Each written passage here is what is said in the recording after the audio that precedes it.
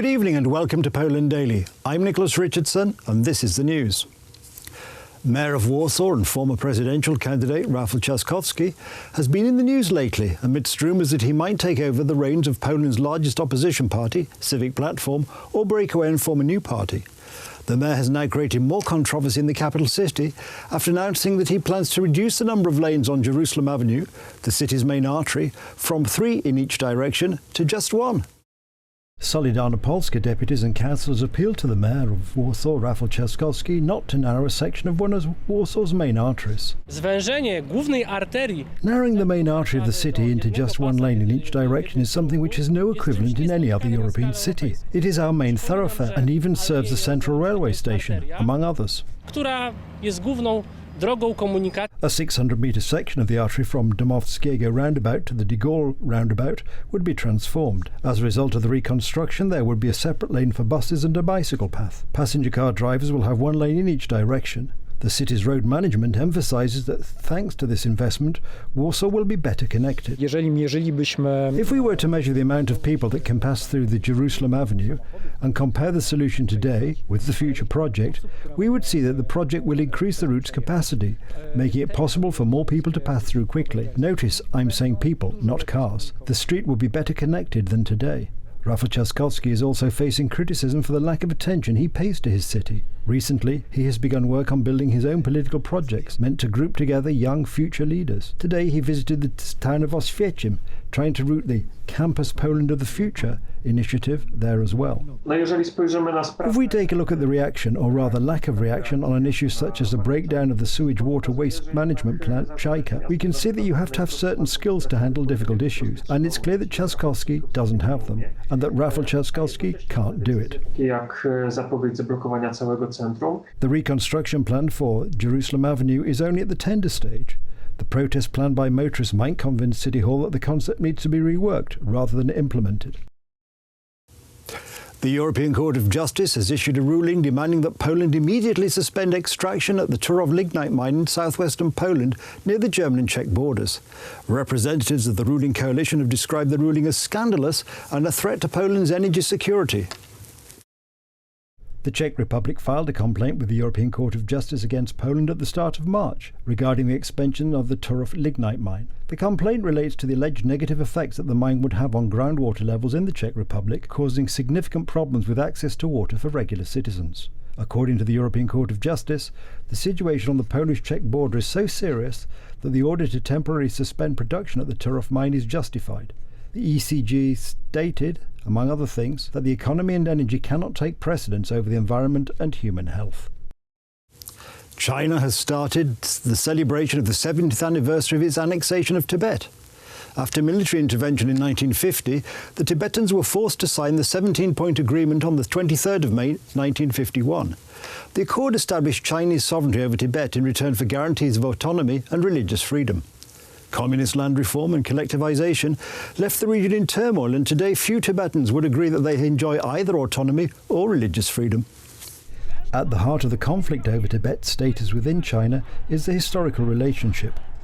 The Chinese government and Tibet's government in exile offer competing versions of whether the remote, mountainous territory was historically ruled as part of China or whether it has legitimate claims to independence or autonomy. In the 1980s, the Dalai Lama, leading the government in exile in India, abandoned claims of independence in favour of a middle way approach that advocates political autonomy for Tibet under Beijing's rule. China dismissed the middle way as a sham and said the Dalai Lama was not truly abandoning independence. The president-elect of the Central Tibetan Administration says that Tibet is running out of time. That is also the reason why I keep saying we don't have much time. Because we are only 6 million inside Tibet, even if the size of Tibet is almost 1/4 of China. So because of the demographic aggression, I have always said we are not against multiculturalism. Multiculturalism is happening everywhere in the world. But one single majority population completely overwhelming a minority population that amounts to cultural genocide.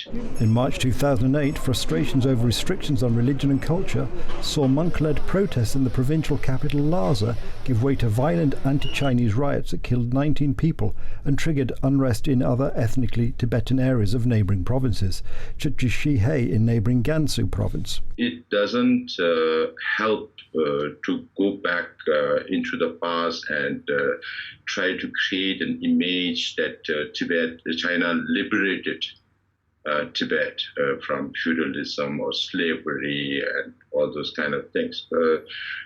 Every society has gone through different stages of evolution, and Tibet also gone through different stages of evolution, but it's not as bad as Tibet under communism today. President Xi Jinping had called for efforts to promote patriotism among the Tibetan Buddhist circle, encouraging interpretations of religious doctrines that are compatible with a socialist society. Tibet, with 3.5 million people, remains under heavy security, with visits by foreign media tightly restricted, making an independent assessment of the situation difficult. The latest United States proposal for a global corporate minimum tax of at least 15% is expected to help reach a breakthrough agreement at an international level this summer. German and French finance ministers praised the proposal ahead of the first Eurozone finance ministers meeting held in person since September. Ahead of the Eurozone finance ministers meeting in Lisbon, Germany's finance minister Olaf Scholz told reporters that the United States proposal has made him very happy with the progress taking place. The new administration of the United States makes a difference because they said that it is feasible to do it.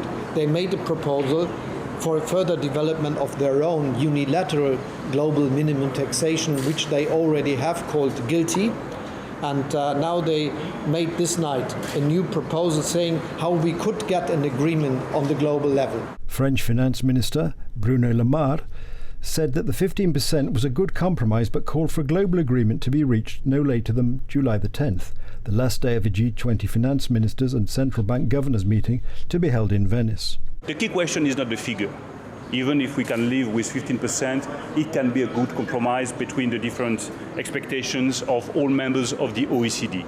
The key question is to define a global framework for digital taxation and minimal taxation, and to have a political agreement no later than the G20 of Venezia in Italy at the beginning of July. The comments came after the United States Treasury Department offered to accept a global minimum corporate tax rate of at least 15%, a rate significantly below its proposed 21% minimum for United States multinationals. The nearly 140 countries involved in the talks aim to reach an agreement by mid-year, but the Organisation for Economic Cooperation and Development, which is hosting the negotiations, has suggested that it may take until October to finalise a deal.